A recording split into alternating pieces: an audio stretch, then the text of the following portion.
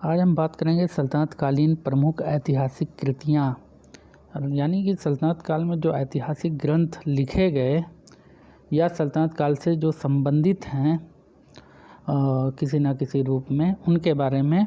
इतिहास में इन्हें प्राइमरी स्रोत के रूप में भी जाना जाता है। तो आइए देखते हैं। पहला ग्रंथ चचनामा है। चचनामा का लेखक अली अहमद। ये किस भाषा में लिखी गई है? ये अरबी में लिखी गई है। इसमें अरबों ने जब सिंध पर आक्रमण किया और उस पर विजय प्राप्त की, इन सभी घटनाओं का वर्णन इसमें मिलता है। चचनामा को एक फतेहनामा के रूप में भी जाना जाता है। फतेहनामा यानी कि विजयनामा। फतेह मतलब विजय। और इसी को तारीख ए हिंद व सिंध, इसी को नाम तारीख़ हिंद व सिंध नाम से चचनामा को भी जाना जाता है। चचनामा का इस नाम से, तारीख़ हिंद व सिंध नाम से उल्लेख एल्फिंस्टन एक इतिहासकार हैं, उन्होंने किया है। और चचनामा को अकबर का समकालीन एक इतिहासकार है निज़ामुद्दीन अहमद। निज़ामुद्दीन अहमद इन्होंने चचनामा को मिनहाजुल मसालिक यानी कि मिनहाजुल मसालिक नाम से उल्लेख किया है। और इसके साथ ही साथ इसको बहुत प्रमाणिक ग्रंथ माना है चचनामा को। आगे के इतिहासकार भी इसको, जो बाद के इतिहासकार हैं, उन्होंने चचनामा को रेफरेंस के तौर पर इस्तेमाल किया है। इसके बाद देखते हैं तारीख़ सिंध या तारीख़ मासूमी। इसको तारीख़ ए मासूमी के नाम से भी जाना जाता है। जैसा कि इनके नाम के आगे मासूम लगा है तो मासूमी इसे नाम से जाना जाता है। तो इसका लेखक कौन है? मोहम्मद मासूम भक्करी। अकबर ने इन्हें भक्कर में 3 गांव जागीर के रूप में प्रदान किया था। इनके नाम के आगे रहने लगे भक्कर में, और इनके नाम के आगे भक्करी प्रयोग होने लगा। इसमें सिंध विजय से लेकर अकबर के काल तक की घटनाओं का उल्लेख है। बेसिकली 1592 तक का इसमें बहुत सटीक विवरण मिलता है। अकबर के समय तक, जब सिंध 1591-92 में जब अधिकृत किया अकबर ने, ये बहुत महत्वपूर्ण स्रोत हो जाता है उस समय का। और इसके अतिरिक्त जहांगीर और अकबर की सेवा में मोहम्मद मासूम रहा।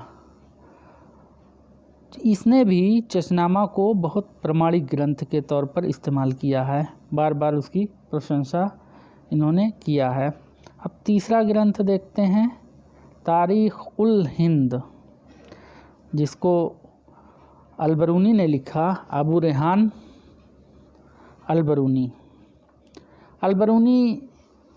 11वीं सदी का एक इतिहासकार है, या यूँ कह लें कि महमूद गजनवी के साथ ये भारत आया, महमूद गजनवी के साथ। और इसने भारत में बताया जाता है कि 40 वर्ष तक अपने व्यतीत किए। ये एक इतिहासकार, ज्योतिषी, दर्शन शास्त्री, गणितज्ञ, सभी क्षेत्रों में अच्छी पकड़ रखता था अलबरूनी। ये भारत में रहकर संस्कृत ग्रंथों का, यानी संस्कृत सीखी, संस्कृत ग्रंथों का अध्ययन करके, और 2 ग्रंथ, एक है सांख्य का इसने अरबी भाषा में अनुवाद किया। सांख्य जो ग्रंथ है, सांख्य ग्रंथ बेसिकली ये बताता है हमें कि विद्यमान पदार्थें, संसार में जो पदार्थ हैं, उनका उदय कैसे हुआ, वो कैसे अस्तित्व में आया, और उसके गुण क्या थे, इसकी चर्चा इसमें विवेचना की गई है। इसके अतिरिक्त एक ग्रंथ है पतंजलि। पतंजलि का भी इसने अरबी में अनुवाद किया था। इस पतंजलि ग्रंथ में क्या है? पतंजलि में आत्मा के मोक्ष के बारे में बताया गया है। इसके अतिरिक्त अलबरूनी के बारे में कहा जाता है कि वह इतना अधिक ग्रंथ लिखा था, एक इतिहासकार ने लिखा है कि एक साथ उसको ऊँट पर नहीं लादा जा सकता था। ये भारतवर्ष में काफ़ी दिन रहा और जब भारतवर्ष की उल्लेख करना शुरू करता है, इसका राजनैतिक और सामाजिक उल्लेख विश्वसनीय दिखाई पड़ता है। उस समय का समाज क्या था, लेकिन ये ज्योग्राफिकल यानी भौगोलिक वर्णन जब ये करना शुरू करता है, कुछ उसी में कमियां दिखाई पड़ती हैं, लेकिन ये समकालीन स्रोत के रूप में बहुत ही महत्वपूर्ण ग्रंथ है अलबरूनी का। इसके अतिरिक्त उसने ज्योतिष सारणी पर, रत्नमीमांसा, औषधि शास्त्र, ज्योतिष की भूमिका और तिथिक्रम पर ग्रंथ, कानूनुल मसूदी, मसूदी शाह के बारे में है इसमें, मसूद जो महमूद गजनवी के बाद हुआ। तो ये कहा जाता है कि मसूद शाह ने अबू रेहान अलबरूनी को एक हाथी पर लाद कर चांदी का मतलब लाद कर हाथी पर चांदी इसको भेजा था अलबरूनी को, मसूद शाह ने।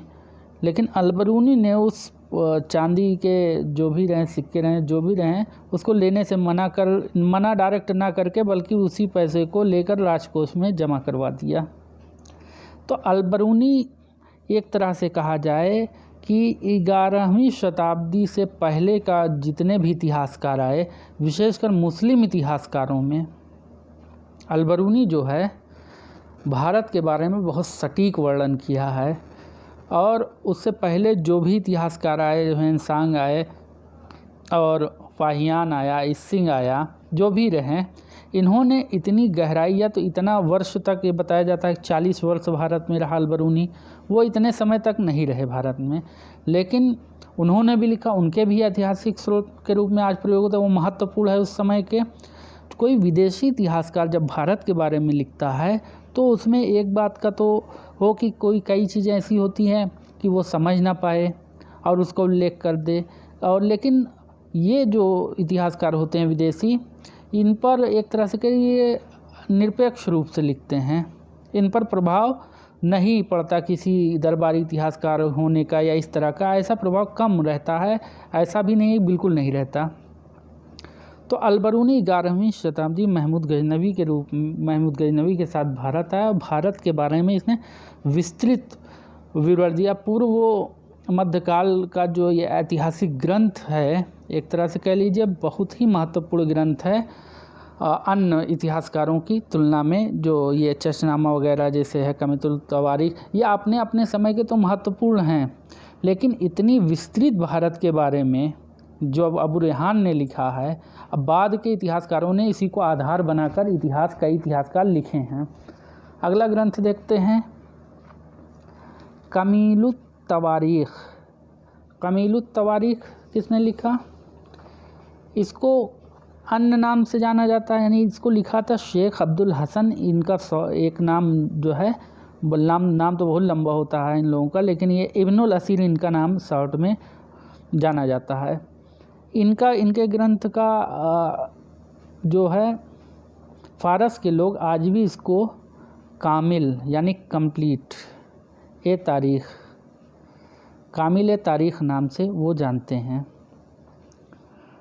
यह ग्रंथ 1230 ईस्वी में लिखा गया। इस ग्रंथ में बेसिकली मध्य एशिया यानी सेंट्रल एशिया का, मध्य एशिया का इसमें गौर, विशेषकर गौर ये राजवंश जहाँ जिससे मोहम्मद गोरी संबंधी था, और संसबनी राजवंश के इतिहास के बारे में यह ग्रंथ जानकारी उपलब्ध कराता है। आगे देखते हैं, ताज उल मासिर।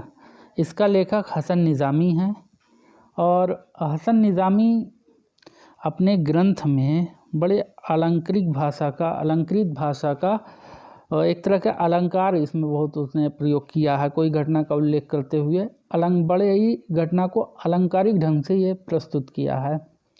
इस ग्रंथ में बेसिकली मुख्यतः इतिहास तो है मोहम्मद गोरी का भी, लेकिन इस पर विशेष तौर पर कुतुबुद्दीन ऐबक के संबंध में ये जानकारी उपलब्ध कराता है। ताजअगर हसन निज़ामी एक तरह से कह लीजिए, बहुत से ऐसे राजा हिंदुस्तान ने दुनिया में हुए जो जिनका वर्णन समकालीन इतिहासकारों ने या समकालीन लोगों ने ही किया, वो आज भुला दिए गए। अगर हसन निज़ामी यदि ना होता तो कुतुबुद्दीन ऐबक को जो आज हमारे सामने जो उसके बारे में जो जानकारी है वो शायद ही ना होती। हालांकि ऐसा इसने अपने ग्रंथ में शतरंज के अलावा शतरंज, आईना यानी कि शीशा, युद्ध के में जो हथियार प्रयोग होते थे उसका उल्लेख किया है। भारत में पशु, फल, पुष्प यानी कि फूल, ऋतु, प्रकृति, इन्हें वाद्ययंत्र का भी उल्लेख किया है। वाद्ययंत्रों में आपको मिलेगा, देखेंगे तो तबला, मंजीरा और झांझ, ये जैसे वाद्ययंत्रों का इसने उल्लेख किया है। झांझ। इसके साथ ही साथ हसन निज़ामी भारत में जो उस समय होते हैं सुंदर स्त्रियों का भी वर्णन किया है। गायकों, हकीमों, विद्वानों, तमाम लोगों का वर्णन किया है। और ये बेसिकली निशापुर में पैदा हुए। इनके समय बड़ी विपत्ति आई इनके देश पर, यानी खुरासान में। और खुरासान में उस समय आप देखेंगे मंगोलों का कहर बरपा हो रहा था। मंगोल मध्य एशिया की जितनी भी शक्तिशाली राजवंश है सबका अंत करके मध्य एशिया पर खुद उन्होंने शासन किया। तो कई विद्वान भारत आए। दिल्ली को उस समय मंगोलों के भय से दिल्ली को उस समय दया की भूमि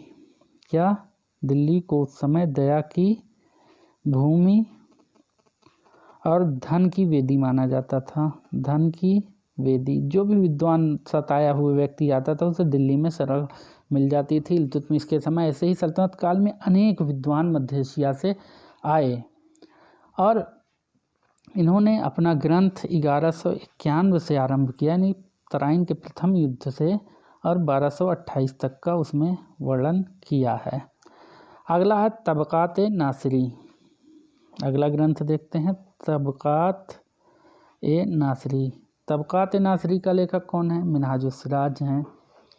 मिनहाजुस्सिराज अपने समय के बहुत महत्वपूर्ण इतिहासकार हैं। इनके अन्य ग्रंथ भी हैं, जैसे है नासिरी नामा। इन्होंने 1260 तक का इतिहास लिखा है। 1260 तक का बेसिकली इसमें इतिहास लिखा है। तो 1260 तक का इसमें उल्लेख किया है। कब से 1260 तक का? यानी आदम से, यानी इस्लामी तारीख में हजरत आदम हुए, पहले इंसान जो धरती पर आए, हजरत आदम से इन्होंने लिखना शुरू किया है। और बलबन के सिंहासना या नासिरुद्दीन महमूद के समय तक का इतिहास इन्होंने लिखा है। इन्होंने अपना ग्रंथ किसको समर्पित किया है? नासिरुद्दीन महमूद को। नासिरुद्दीन महमूद को इन्होंने अपना ग्रंथ समर्पित किया है।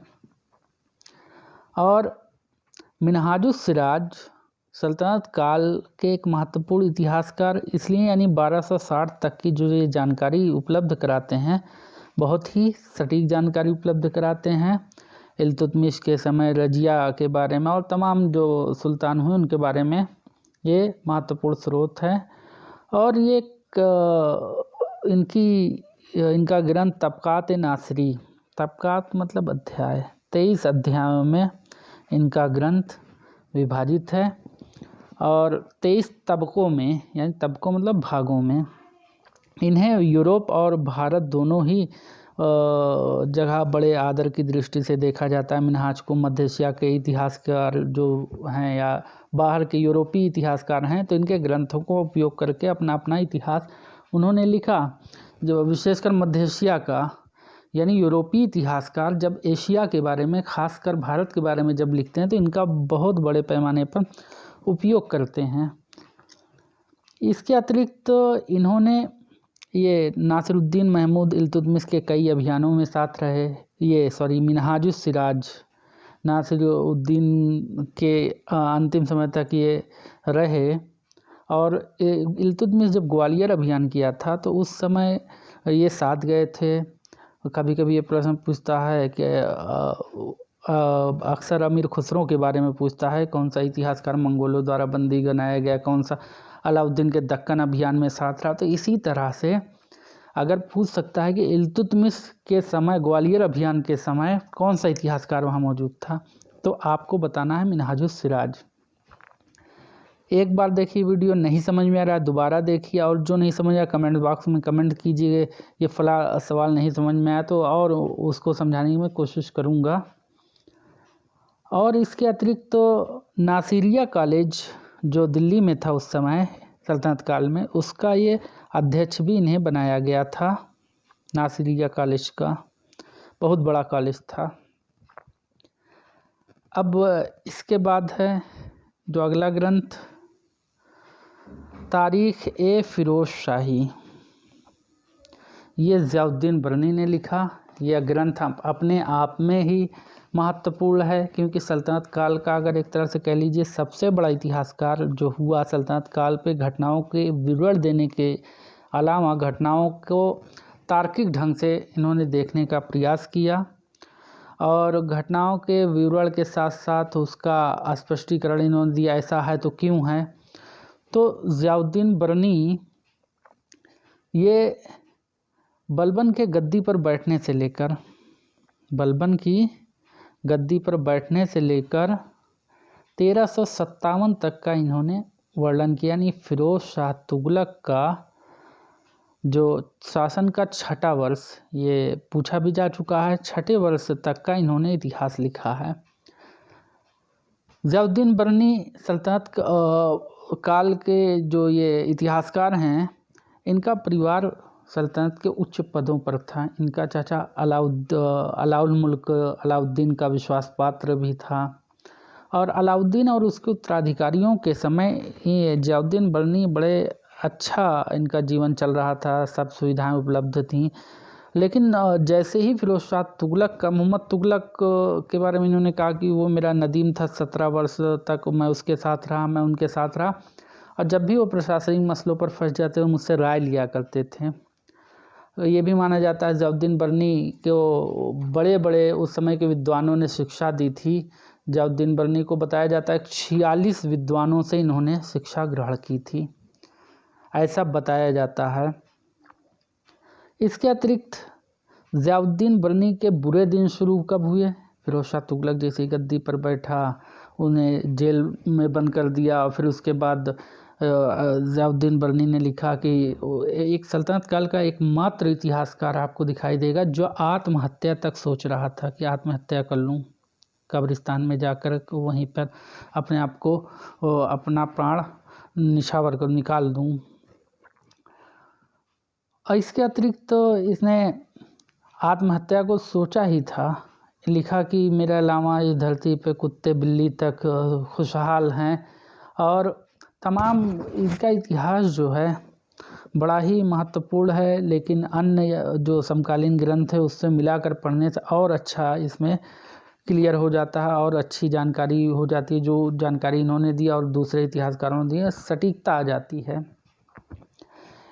एक महत्वपूर्ण फैक्ट है, ज़ियाउद्दीन बरनी हजरत निज़ामुद्दीन औलिया के परम शिष्यों में से थे। और यहाँ तक कि जो हजरत निज़ामुद्दीन औलिया थे वो चिश्तिया संप्रदाय के प्रमुख सूफी थे, दिल्ली में रहते थे। और इसके अतिरिक्त उनकी मज़ार दिल्ली में आज भी है। फरीदुद्दीन गंज शकर के पोते शेख अलाउद्दीन इनके बड़े अच्छे मित्र थे।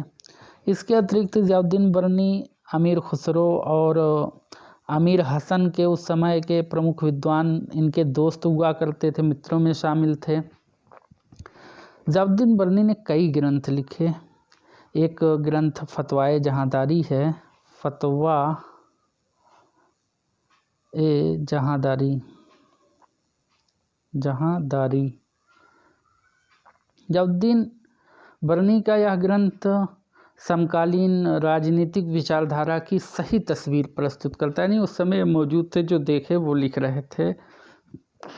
इनके अतिरिक्त मीर खुर्द एक लेखक हैं। मीर खुर्द ने जलालुद्दीन बरनी के कई ग्रंथों का उल्लेख किया है, जैसे सनाए मोहम्मदी,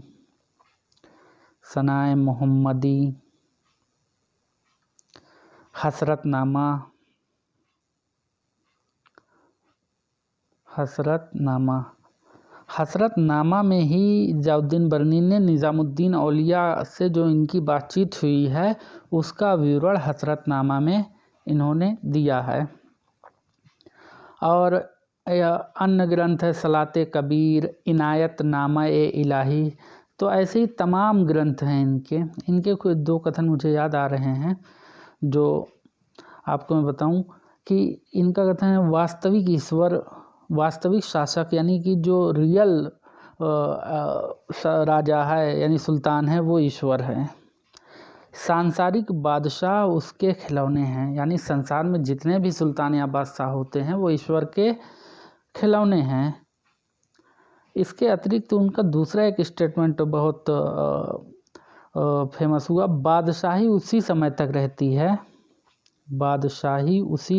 रहती है जब तक बादशाह पर लोगों का विश्वास हो। यानी कि जो ये इनका ग्रंथ फतवाए जहांदारी है उसमें इस तरह के इन्होंने राजत्व सिद्धांत के बारे में लिखा है बड़े अच्छे ढंग से। इसके अतिरिक्त अब अन्य ग्रंथ देखते हैं।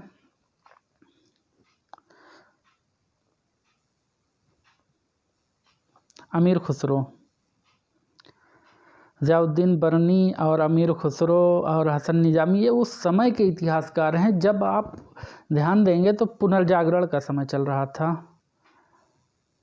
पुनर्जागरण के समय में इन्होंने जो लिखा, उस समय यूरोप में नए नए ज्ञान के मार्ग खुल रहे थे और तमाम ग्रंथों का अनुवाद होना प्रारंभ हो गया। प्राचीन जो जटिलताएं थी वो ख़त्म हो रही थी। पुनर्जागरण कालीन इतिहासकारों में अमीर खुसरो पर बहुत से इतिहासकारों की नज़र नहीं गई है। तो अमीर खुसरो जो है पुनर्जागरण कालीन इतिहासकार हैं, इसलिए मैं इनको पुनर्जागरण कालीन इतिहासकार, इनमें देखिए जो भी हुआ यूरोप में पुनर्जागरण के समय साहित्यकार वो बहुमुखी प्रतिभा वाला था। उसी प्रकार अमीर खुसरो में भी हमें बहुमुखी प्रतिभा दिखाई पड़ती है।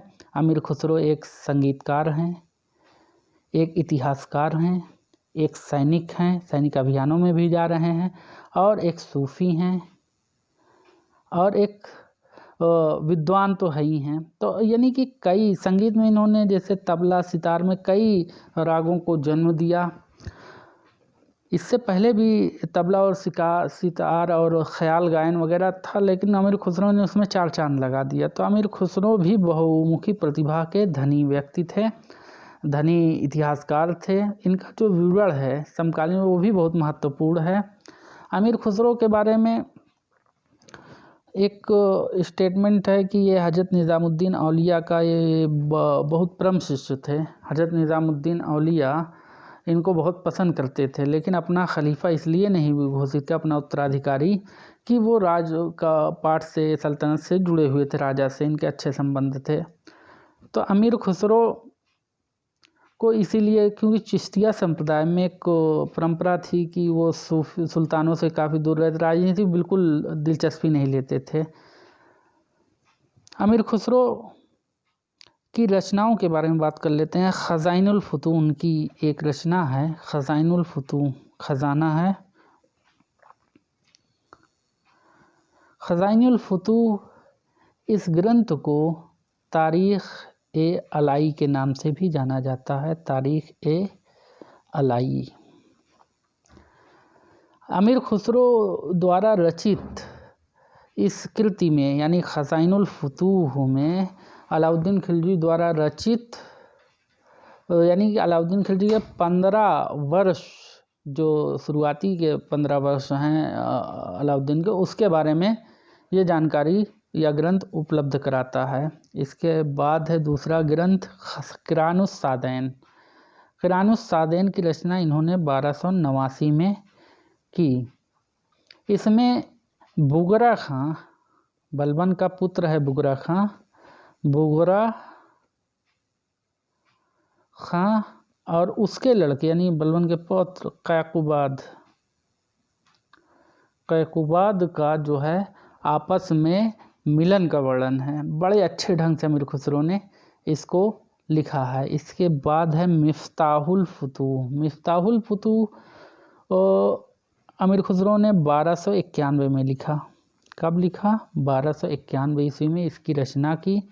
और मिफ्ताहुल फुतूह में क्या है? जलालुद्दीन के सैन्य अभियान है। जलालुद्दीन खिलजी वंश का पहला सुल्तान था, तो इस जलालुद्दीन के सैन्य अभियानों का इसमें विस्तृत उल्लेख है।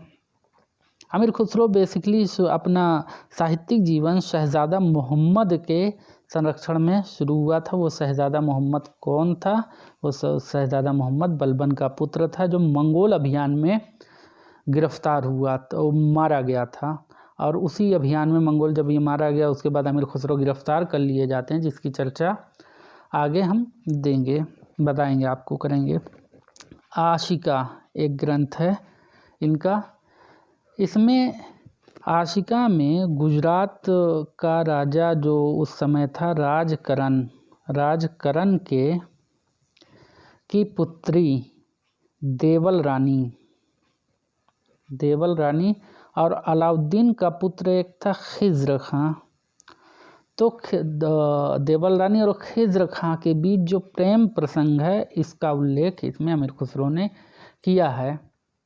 इसके अतिरिक्त यह पुस्तक गुजरात विजय के साथ साथ मालवा विजय का भी अच्छा खासा ज्ञान उपलब्ध कराती है। और यही ये ग्रंथ है आशिका, जिसमें अमीर खुसरो ने मंगोलों द्वारा स्वयं के कैद किए जाने का वर्णन किया है। आशिका में किया है, याद रखिएगा, ये बहुत महत्वपूर्ण है। आशिका जो ग्रंथ है ये फारसी में लिखा गया, और अमीर खुसरो फारसी के बेसिकली हैं, हिंदवी का जन्मदाता इन्हें माना जाता है, तो इनके मिली जुली भाषा में इन्होंने किया, लेकिन फारसी का प्रभाव ज़्यादा दिखाई पड़ता है। इसके अतिरिक्त नूह सिपार अगला ग्रंथ है। नूह सिपार यानी नौ चांद।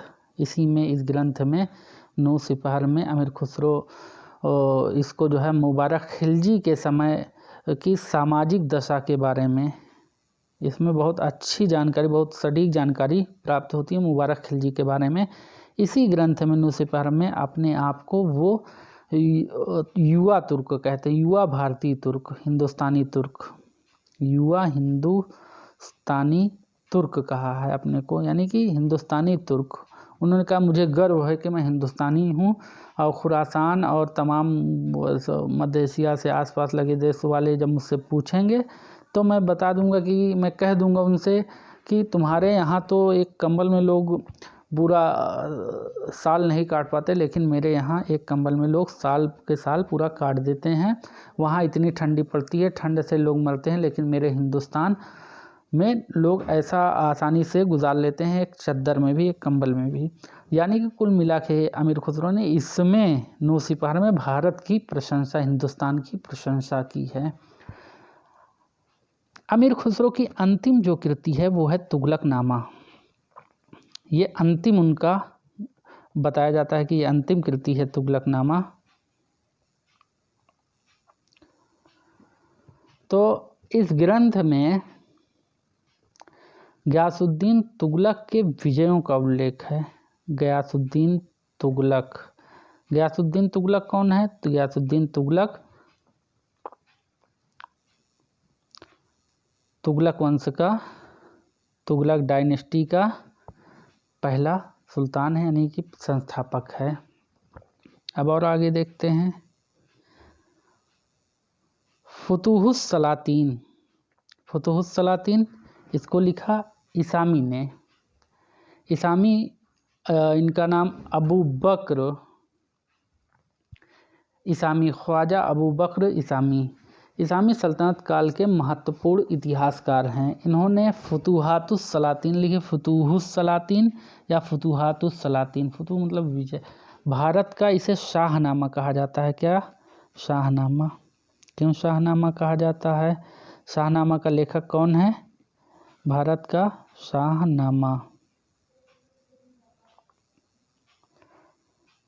शाहनामा का वास्तविक लेखक फिरदौसी है।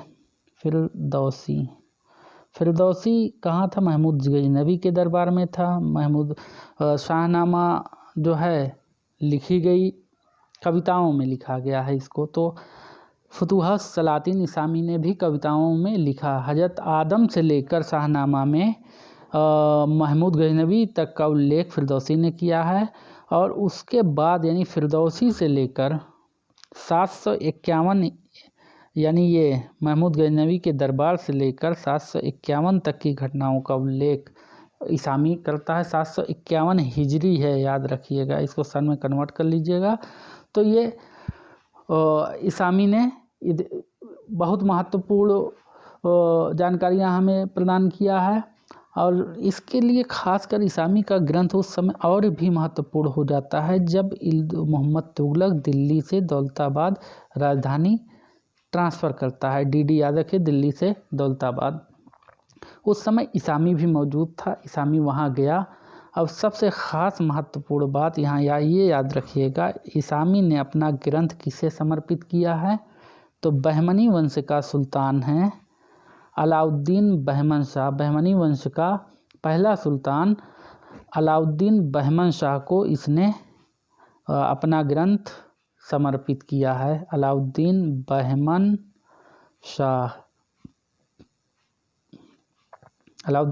शाह को इसने अपना ग्रंथ समर्पित किया और इसे भारत का शाहनामा में बताया कि कहा जाता है। तो शाहनामा के तर्ज पर, उसी ढंग पर इन्होंने अपना इतिहास लिखा।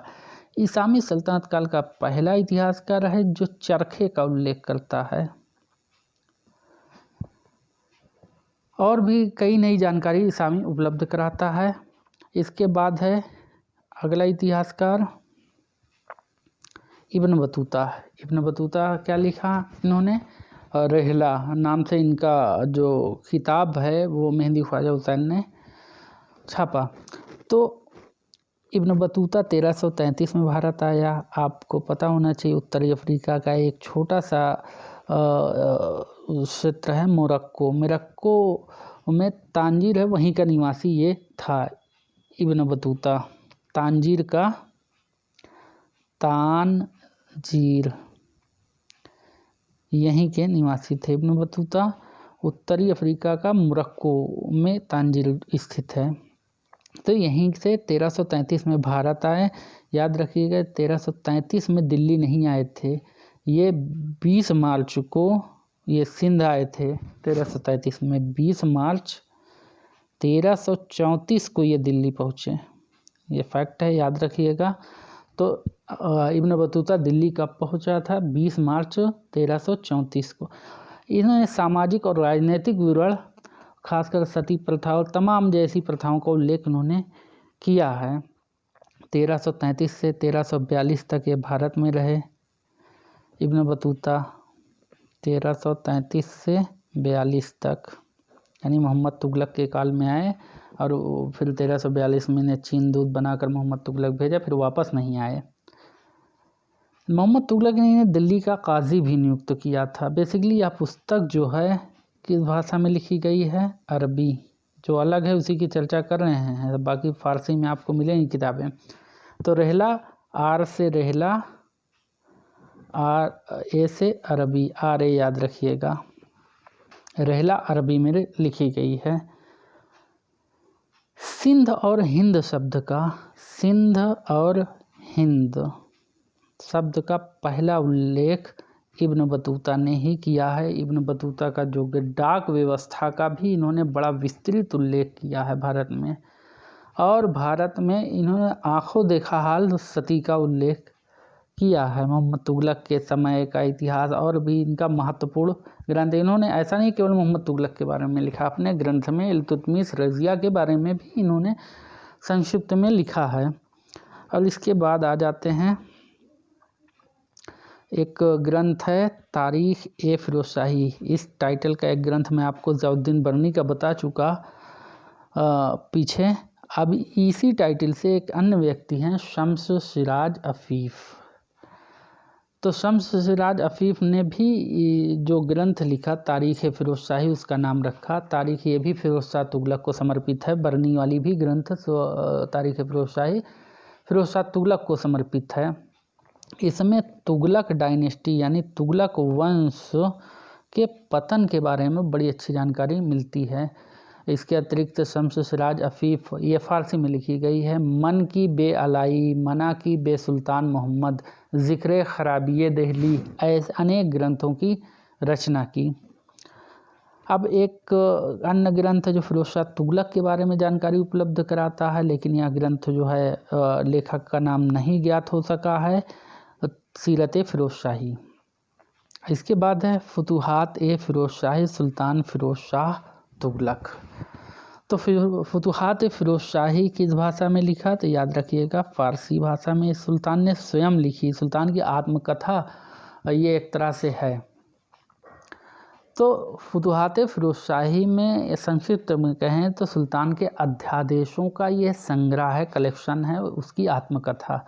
सुल्तान ने इसी में बताएं 23 या 24 प्रकार के जो कर उसने माफ़ किए थे, उससे प्रजा को कितना राहत पहुंची, तो उसके बारे में ये बताया इन्होंने अपने ग्रंथ में। और भी तमाम चीज़ें बताई। यह ग्रंथ आप पढ़ेंगे जब, तो उसकी कुछ कोटेशन मुझे याद आ रहा है।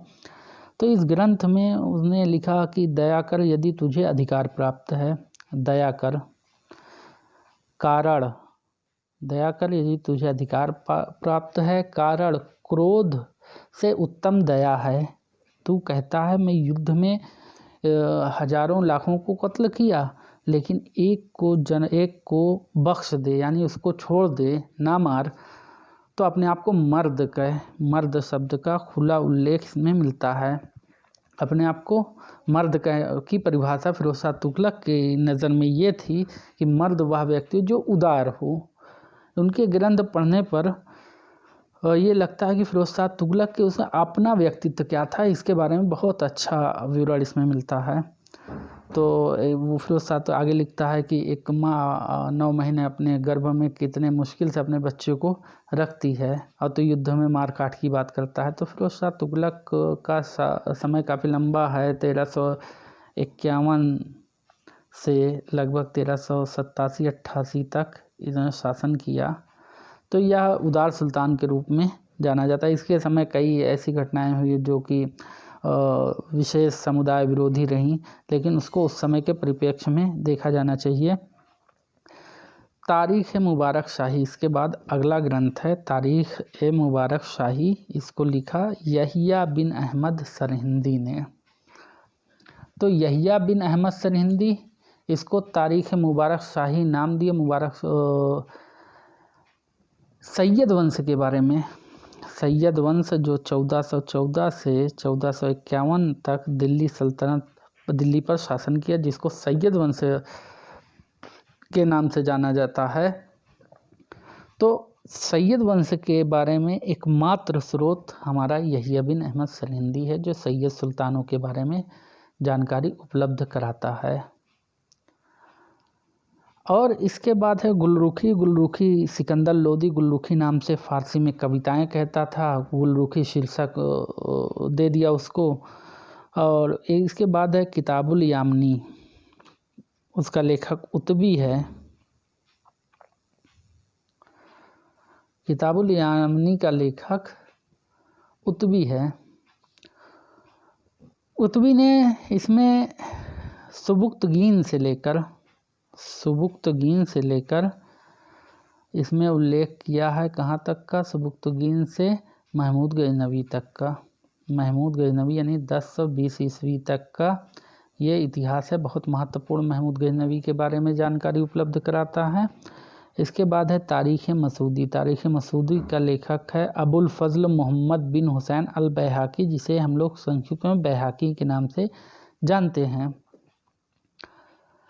इसी ग्रंथ में महमूद गजनवी के दरबार से संबंधित जो षड्यंत्र थे, विशेष षड्यंत्रों का इसमें बड़ा अच्छा विवरण मिलता है। षड्यंत्र कैसे होते थे, बड़ा सटीक एकदम। और इसके अतिरिक्त इसमें महमूद गजनवी के दरबार का जो झलक, जैसा उसका दरबार सस्ता था, उसके बारे में है। और दलाइल फ़िरोज़ शाही, ये एज उद्दीन खालिद किरमानी ने इसे लिखा। दलाइल फ़िरोज़ शाही ये द्वारा संस्कृत से ये फ़ारसी में अनुदित नक्षत्र शास्त्र पर यह पुस्तक है। नक्षत्र शास्त्र पर लिखा गया या ग्रंथ है। लिखा गया क्या, बल्कि अनुदित ग्रंथ है। यह संस्कृत से अरबी में आया है। ऐसे ही हम अगले वीडियो में देखेंगे मुग़ल कालीन महत्वपूर्ण ग्रंथ, फिर आधुनिक कालीन महत्वपूर्ण ग्रंथ। तो फिर उसके बाद शुरू करें एंशिएंट प्राचीन कालीन महत्वपूर्ण ग्रंथों के बारे में। तो वीडियो पर कमेंट कीजिए, लाइक कीजिए और बताइए कि इसमें कैसे और सुधार हो सकता है। ठीक है, धन्यवाद।